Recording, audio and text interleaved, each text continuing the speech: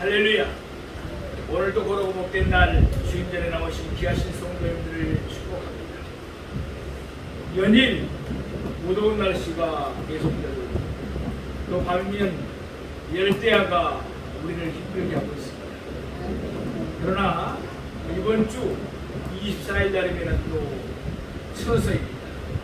이제 우리가 피부로 느끼겠지만 가을 바람이 이제 시원하게 선선하게 지금 불어오고 있음을 우리가 피부로 느낍니다. 조그만 하나님의 은혜로 이 여름을 잘 이겨내고 승리하는 우리 모두가 되기를 소망합니다. 오늘은 마가복음 1장 34절 말씀을 본문으로 믿음의 본질을 밝히신 예수님, 이런 제목으로 말씀의 은혜를 나누겠습니다. 예수님이 그의 제자들을 불러 세우신 지 대략 2년 반이 되었을 때 예수님은 그들을 데리시고 갈릴리 최북단에 있는 빌립보 가이사라 지방으로 가셨습니다. 예수님은 그곳에서 그들에게 물으셨습니다.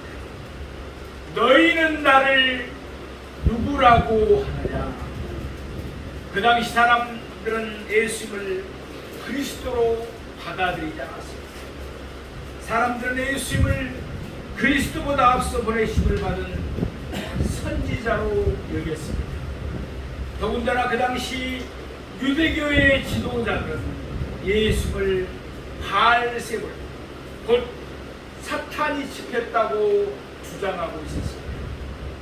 이럴 때 베드로가 모든 제자들을 대표해서 예수님의 질문에 분명하게 대답했습니다. 주는 그리스도이시다. 아멘. 마태복음에는 이보다 좀 더 자세한 표현이 나옵니다. 주는 그리스도시요 살아계신 하나님의 아들이십니다. 아멘. 예수님의 제자들은 예수님이 행하시는 놀라운 권능들을 보았습니다. 또한 그들은 예수님의 권위 있는 가르침도 들었습니다. 그러므로 그들은 이와 같은 결론을 내릴 수밖에 없었습니다. 예수님은 그리스도이십니다. 예수님은 사람이 되신 하나님이십니다. 아멘. 그러자 예수님은 그들에게 자신이 그리스도이시며 하나님의 아들이신 것을 아무에게도 말하지 말라고 경고하셨습니다. 그러면서 예수님은 자신이 그리스도로서 이 땅에서 하셔야 할 본질적인 사역이 무엇인지를 드러내놓고 말씀하셨습니다. 예수님은 자신이 그리스도로서 하셔야 할 사역을 4가지로 말씀하셨습니다. 첫째, 많은 고난을 받는 것입니다. 두 번째, 장로들과 대제사장들과 서기관들에게 버림받는 것입니다. 셋째는 죽임을 당하는 것입니다. 넷째는 사흘 만에 살아나는 것입니다. 부활하신 것입니다. 그러나 예수님의 제자들은 그 말씀을 제대로 이해할 수가 없었습니다. 그들은 그리스도의 영광만을 생각했지 그리스도가 고난을 받고 버림받고 죽임을 당한다는 것을 상상할 수가 없었습니다. 그들도 본신은 유대교의 뿌리를 받고 있었기 때문입니다. 그래서 이번에도 베드로가 예수님의 제자를 대표해서 예수님을 붙들고 항변하였습니다. 주여, 그리하지 마시옵소서. 이 일이 결코 죽게 미치지 아니하리이다. 그러자 예수님은 돌이키시고 그의 제자들을 보시며 이와 같이 베드로를 꾸짖으셨습니다. 사탄아, 내 뒤로 물러가라. 내가 하나님의 일을 생각하지 않고 사람 도리요 사람의 일을 생각하는도다. 예수님은 사탄이 베드로의 배후에 의해서 예수님의 십자가를 맞고자 하는 것을 아셨습니다. 그래서 예수님은 단번에 사탄아 내 뒤로 물러가라고 호통을 치렸습니다. 그러면서 예수님은 베드로가 하나님의 일을 생각하지 않고 도리어 사람의 일을 생각한다고 책망하셨습니다. 사람은 고난 없는 영광만을 생각합니다. 그러나 하나님이 정하신 일은 고난을 통해서 영광에 이르는 것입니다. 십자가를 통해서 멸류관을 얻는 것입니다. 예수는 그의 제자들을 책망하신 후에 오늘 본문에서 믿음의 본질이 무엇인가를 분명하게 밝히고 계십니다. 예수님이 밝히신 믿음의 본질은 세 가지 요소였습니다.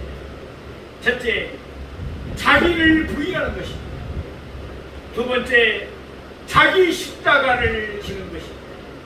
세 번째, 예수님을 따르는 것입니다. 예수를 믿는다, 예수를 따른다, 그리스도인이 된다, 예수의 제자가 된다는 말은 무슨 의미일까요? 오늘의 말씀을 통해서 믿음의 본질을 분명하게 깨닫는 우리 모두가 되기를 원합니다. 그러면 이제부터 믿음의 본질을 세 가지 요소로 나누어서 차례대로 상고해 보겠습니다. 첫째로, 자기를 부인하는 것입니다. 우리 오늘 본문 마가복음 8장 34절 말씀을 보겠습니다. 무리와 제자들을 불러 이르시되 누구든지 나를 따라오리거든 자기를 부인하고 자기 십자가를 지고 나를 따를 것입니다. 아멘. 이때 예수님의 주변에는 제자들뿐만 아니라 무리들도 함께 있었습니다. 예수는 그들 무리도 제자들과 함께 부르시고 무리와 제자들 모두를 향해서 말씀하셨습니다. 예수님의 말씀은 이와 같이 시작합니다. 누구든지 나를 따라오려거든.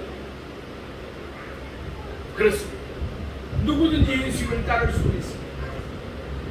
무리 가운데 있는 사람들도 얼마든지 예수님을 따를 수가 있습니다.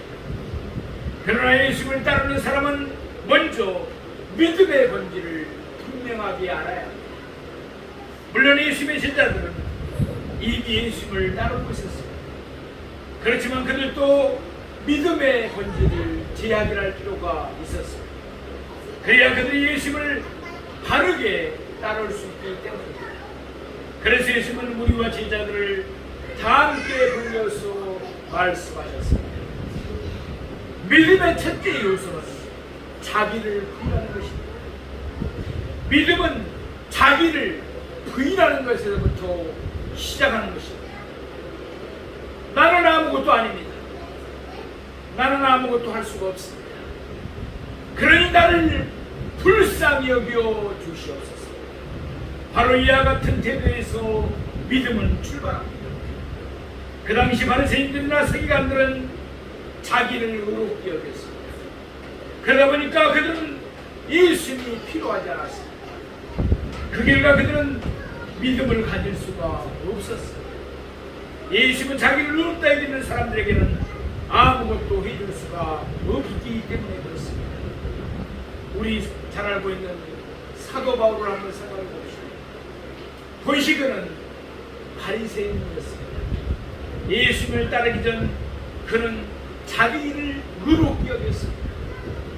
빌립보 3장 4절 말씀과 같이 그는 자기 육체를 신뢰했습니다. 그래서 그는 자기가 대단한 사람인 것으로 생각했습니다. 자기에게는 자랑할 거리가 많다고 생각하고 있었습니다. 그러나 바울이 예수님을 따르게 되자 자기를 부인할 줄 알았습니다. 빌립보 3장 7절 말씀처럼 그는 이전에 자랑하던 것들을 다 해로 여기고 배설물로 여겼습니다. 자변에 있던 것들이 순식간에 대변으로 옮겨졌습니다. 또한 빌립보 3장 8절 말씀처럼 그는 육체적 자랑거리들을 배설물로 여겼습니다.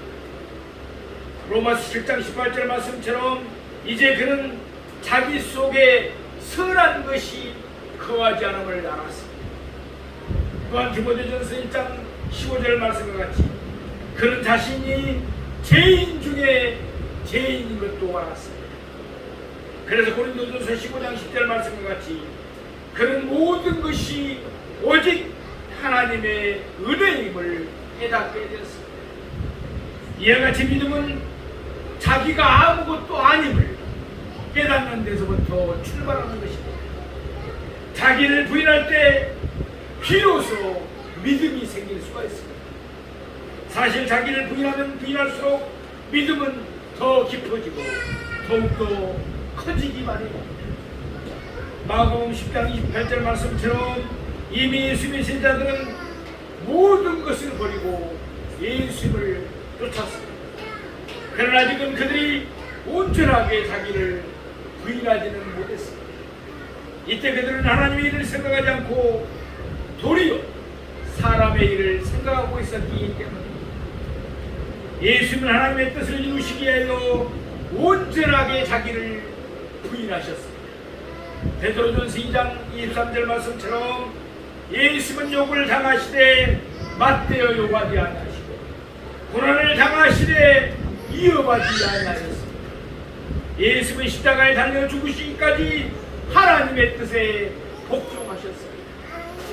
이와 같이 예수님을 따르는 자는 예수님을 본마다 자기를 부인해야 합니다. 자기와는 완전히 결별을 고해야 합니다. 로마 14장 8절 말씀과 같이 이제는 우리가 살아도 주를 위하여 살고 죽어도 주를 위하여 죽나니 사나 죽으나 우리가 주의 것이 되어야 할 줄로 믿습니다. 또한 갈라디아서 2장 20절 말씀처럼 이제는 내가 사는 것이 아니라 오직 내 안에 그리스도께서 사는 것이 되어야 합니다. 또한 빌립보서 1장 20절 말씀과 같이 이제는 살든지 죽든지 내 몸에서 그리스도가 존귀하게 계시야만 합니다. 이것이 바로 자기를 부인하는 것입니다. 우리는 우리 자신을 부인하며 예수님을 따른다고 합니다. 그러나 자꾸만 또다시 우리 자신이 되살아나고 합니다. 그러므로 예수님 우리에게 가르쳐 주신 대로 우리는 하나님의 뜻이 하늘에서 이룬 것 같이 땅에서도 이루어지도록 부담 없이 기도하며 승리해야 될 줄로 믿습니다. 둘째로 자기 자신, 자기 십자가를 지는 것입니다. 자기 십자가를 져야. 우리는 보면 다시 마가복음 8장 34절을 보겠습니다. 무리와 제자들을 불러 이르시되 누구든지 나를 따라오려거든 자기를 부인하고 자기 십자가를 지고 나를 따를 것입니다. 아멘. 믿음의 첫째 요소는 자기를 부인하는 것입니다.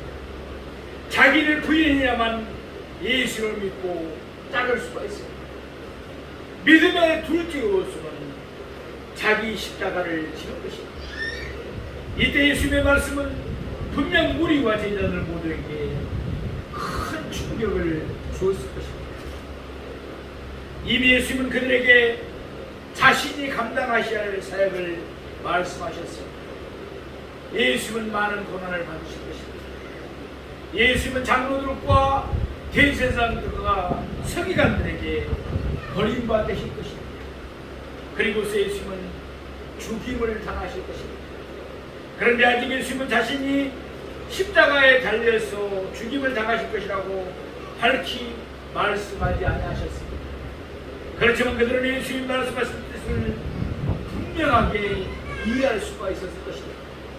왜냐하면 그들은 십자가가 무엇을 의미하는지 잘 알고 있었기 때문입니다. 예수님은 당시만 하더라도 대략 3만 명 정도의 유대인들이 십자가에 달려 죽임을 당했다고 합니다. 그러니까 죄를 지었으니까 죽임을 십자가에 매달려 처해야 하는 것이죠. 제수들은 자기가 매달린 십자가를 지고서 형장까지 걸어가야만 했습니다. 따라서 그 당시로는 제수가 자기 십자가를 지고 가는 간격을 흔하게 볼 수 있었습니다. 그러니까 십자가는 제수를 사용하는 형틀이었던 것입니다. 그리고 자기 십자가를 진다는 것은 죽음을 향하여 나아간다는 뜻이었습니다. 모든 사람들이 보는 앞에서 자기 십자가를 지고 형장까지 걸어가는 것은 수치스럽고 고통스러운 일이었습니다. 그렇습니다. 예수를 믿고 따르는 것은 자기 십자가를 지는 것입니다. 그것도 누가복음 9장 23절 말씀과 같이 날마다 자기 십자가를 지는 것입니다. 그래서 고린도전서 15장 31절에서 바울은 날마다 자기는 죽는다고 고백했습니다. 실로 그는 매일 죽음과 직면하고 있었습니다. 물론 오늘날 우리는 신앙 때문에 핍박을 받는 일은 거의 없습니다. 이는 분명 하나님의 크신 은혜요 축복이 틀림없습니다. 그러나 그 당시 예수를 따르기 위해서는 자기 십자가를 지어야 하는 희생이 뒤따라야만 했습니다. 유대교에서 출교를 당해야 했기 때문입니다. 지금도 지구촌 곳곳에서는 자기 십자가를 지지 않고서는 예수를 따를 수 없는 곳들이 많이 있습니다. 예컨대 우리 땅 북한이 그렇습니다. 무슬림 사회도 그렇습니다. 그러나 그러한 곳에서는 신앙 때문에 당하는 핍박이 너무나 큽니다. 경우에 따라서는 목숨까지도 내어놓아야 합니다. 그렇지만 사람이 자기 십자가를 지고서라도 예수님을 따라야 하는 이유는 무엇입니까? 로마서 8장 18절 말씀과 같이 현재의 고난은 장차 우리에게 나타날 영광과 비교할 수가 없기 때문에 장래의 영광이 너무나도 귀하고 값지기 때문입니다. 마태복음 13장에서 예수는 두 가지 비유를 통해서 이 사실을 말씀하셨습니다. 어떤 사람이 밭에 감추인 보화를 발견했습니다. 그는 기뻐하면서 돌아가서 자기의 소유를 다 팔아서 그 밭을 샀습니다. 그 보화는 자기의 소유 전체보다 더 값지기 때문이었습니다. 또한 어떤 상인이 좋은 진주를 구하고 있었습니다. 그러다가 그는 극히 값진 진주 하나를 발견했습니다. 그는 얼른 가서 자기의 소유를 다 팔았습니다. 그리고 그 진주를 샀습니다. 그 진주는 자기의 소유의 전체보다 더 귀하고 값지기 때문이었습니다. 마찬가지입니다. 예수님을 따르는 일이 너무도 귀하기 때문에 우리는 각자의 십자가를 기꺼이 질 수가 있는 것입니다. 예수님 때문에 박해를 받아도 우리는 기뻐할 수가 있습니다. 그리고 하나님의 뜻이라면 우리는 목숨까지라도 아낌없이 바칠 수가 있습니다. 우리 찬송가 94장 4장 함께 하면서 그 가사를 깊이 한번 음미해 보시기 바랍니다.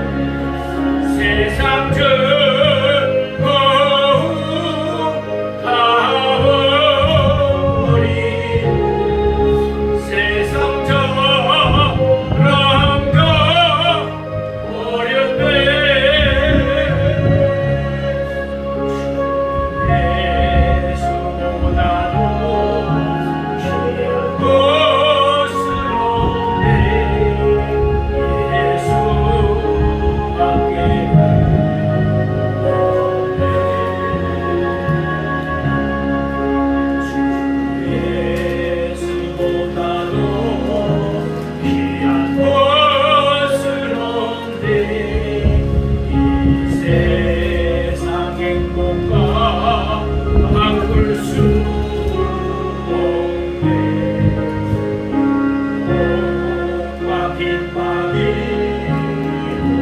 올라와 주 섬기는 내 맘 표진다 세상 저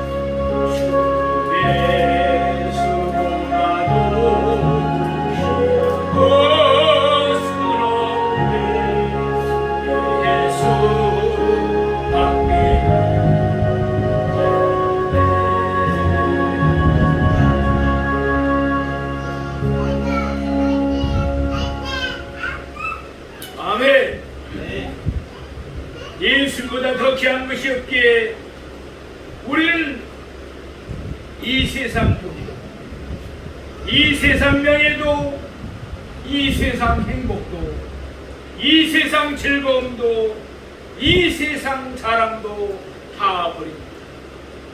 그리고서 우리는 자기 십자가를 지고 예수를 따라가는 것입니다. 사도행전 14장 22절 말씀처럼 우리가 하나님의 나라에 들어가려면 많은 한란도 겪어야 합니다. 그래서 사도행전 20장 24절 말씀과 같이 사도 바울은 자기의 생명조차 조금도 귀하게 여기지 않는다고 말씀했습니다. 바울은 자기 십자가를 지고 기쁨으로 예수님을 따랐던 것입니다. 우리도 바울처럼 자기 십자가를 지고 기쁨으로 예수님을 따르는 우리 모두가 되기를 소망합니다. 마태복음 10장 38절에 쓰여있으면 이와 같이 말씀하십니다. 또 자기 십자가를 지고 나를 따르지 않는 자도 내게 합당하지 아니하리라. 예수님을 따르는 자는 자기 십자가를 져야만 합니다. 믿음의 본질은 자기 십자가를 지는 것이기 때문에 셋째로 예수를 따르는 것입니다. 우리 다시 오늘 본문 마가복음 8장 34절 말씀을 보겠습니다. 무리와 제자들을 불러 이르시되 누구든지 나를 따라오려거든 자기를 부인하고 자기 십자가를 지고 나를 따를 것이니라. 아멘. 나를 따를 것이니라. 현재 명령형입니다. 그러니까 계속해서 예수님을 따라야 합니다. 예수님을 따르다가 중도에서 멈추거나 뒤돌아서면 안 됩니다. 끝까지 예수님을 따라야 합니다. 그리하면 길 대신 예수님이 우리를 영원한 천국으로 인도하실 줄로 믿습니다. 나를 따를 것입니다. 예수님이 앞서가십니다. 앞서가신 예수님을 바라보면서 우리는 예수님을 뒤따라가야 합니다.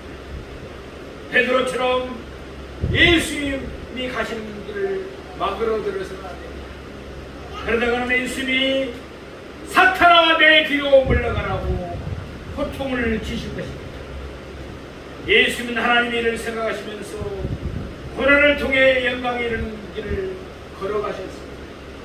우리도 예수님을 따라 하나님의 일을 생각하면서 고난을 통해 영광에 이르는 길을 걸어가십시오. 사람의 일을 생각하면서 고난이 없는 영광만을 생각하지 맙시다. 마가복음 10장에 있는 내용입니다. 한 부자 청년이 예수님에게 영생에 이르는 길을 물었습니다. 예수님은 그가 자기 의에 사로잡혀 있는 것을 알았습니다. 그래서 예수님은 그에게 그의 재물을 다 팔았습니다. 가난한 자들에게 주고 와서 예수님을 따르라고 말씀하셨습니다. 그러나 그 부자 청년은 예수의 말씀에 순종하지 않았습니다. 그는 고난을 통하여 영광에 이르는 길을 곱보다 아니하였습니다. 그는 고난 없는 영광을 바랐습니다. 그래서 그는 예수님을 따르지 않고 그저 근심하면서 예수님을 떠나가 버리고 말았습니다. 그러나 바울의 경우는 달랐습니다. 그리스도인들을 박해하기 위해서 다메섹으로 가던 바울에게 예수님께서 부활하여 나타나셨어요. 그때 바울은 자기가 가는 길이 잘못된 길을 깨달았습니다. 그래서 그때부터 그는 예수님을 따르기로 결심했습니다. 예수님을 따르려면 예수님의 말씀을 듣고 예수님의 말씀에 순종해야 합니다. 요한복음 8장 31절 말씀과 같이 예수님의 말씀에 가는 자, 곧 예수님의 말씀을 듣고 순종하는 자가 예수님의 참 제자이기 때문에 그렇습니다. 산상수훈의 결론이 무엇입니까? 마태복음 7장 21절 말씀입니다. 나더러요 주여 주여 하는 자마다 다 천국에 들어갈 것이 아니라 다만 하늘에 계신 내 아버지의 뜻대로 행하는 자야 자라야 들어가리라. 아멘. 진정으로 예수님을 따르는 자는 예수의 말씀을 듣고 순종하는 자예요. 예수의 말씀을 듣고 행하는 자는 그 집을 반석 위에 지은 지혜로운 사람과 같습니다. 그러나 예수의 말씀을 듣고 듣기만 하고 행하지 않는 자는 그 집을 모래 위에 지은 자와 같다고 할 수 있습니다. 예수의 말씀을 듣고 행하는 자가 바로 예수를 따르는 참 종들, 참 제자들인 것입니다. 또한 요한에서 2장 6절 말씀처럼 예수를 따르는 자는 예수님이 행하는 대로 행합니다. 그는 예수님의 마음으로 생각하고 예수님의 눈으로 봅니다. 예수님의 손으로 숨깁니다. 예수님의 입으로 말합니다. 자연히 예수님을 따르는 자는 예수님을 닮기 마련입니다. 우리 모두 예수님을 닮아서 예수님의 거룩이 우리의 거룩이 되기를 바랍니다. 예수님의 사랑이 우리의 사랑이 되기를 바랍니다. 예수님의 공일이 우리의 공일이 되기를 바랍니다. 또한 예수님의 겸손과 온유가 우리의 겸손이며 우리의 온유가 되기를 바랍니다. 그래야만 예수님을 따르는 우리는 저절로 예수님의 형상이 됩니다. 우리는 예수님의 향기가 되고 예수님의 편지가 됩니다. 예수님의 대사가 되어서 예수님의 충성스러운 증인이 됩니다. 이것이 바로 참 제자의 모습이며 바로 진정한 그리스도인의 모습입니다. 사랑하시는 성도, 오늘 예수님은 우리에게 믿음의 본질이 무엇인가를 분명하게 말씀하셨습니다. 첫째로 자기를 부인하는 것입니다. 두 번째로 자기 십자가를 지는 것입니다. 셋째, 예수님을 따르는 것입니다. 우리 신비에 새기십시오. 이렇듯 믿음은 결코 쉬운 것이 아닙니다. 누가복음 13장 23절에서 어떤 사람이 예수님께 물었습니다. 주여, 구원을 받은 자가 적으니까? 누가복음 13장 24절에서 예수님은 이렇게 대답하셨습니다. 좁은 문으로 들어가기를 힘쓰라. 내가 너희에게 이르노니 들어가기를 구하여도 모자른 자가 많으리라. 많은 사람들이 구원으로 인도하는 좁은 문으로 들어가기를 원합니다. 그러나 그렇게 하지를 못합니다. 이유가 무엇일까요? 자기를 부인하기가 쉽지 않기 때문입니다. 자기 십자가를 지기가 어렵기 때문입니다. 예수를 따르기가 용이하지 않기 때문입니다. 사도 바울이 고백한 것처럼 우리 속에는 선한 것이 거하지 않습니다. 우리는 전적으로 부패했기 때문입니다. 나는 자기를 부인하고 자기 십자가를 지고 예수를 따르는 것이 우리 힘으로 된다고 생각하지 마십시오. 성령님이 역사해 주셔야 합니다. 그러므로 우리 모두 성령으로 충만함을 받았지. 성령님 우리에게 바르고도 본질적인 믿음, 곧 편질되거나 거짓이 없는 믿음을 주실 것입니다. 그래서 날마다 자기를 부인하고 자기 십자가를 지고 예수님을 따르고 하나님을 기쁘게 드리는 저와 여러분이 되시기를 주님의 이름으로 축원드립니다. 아멘. 기도합니다.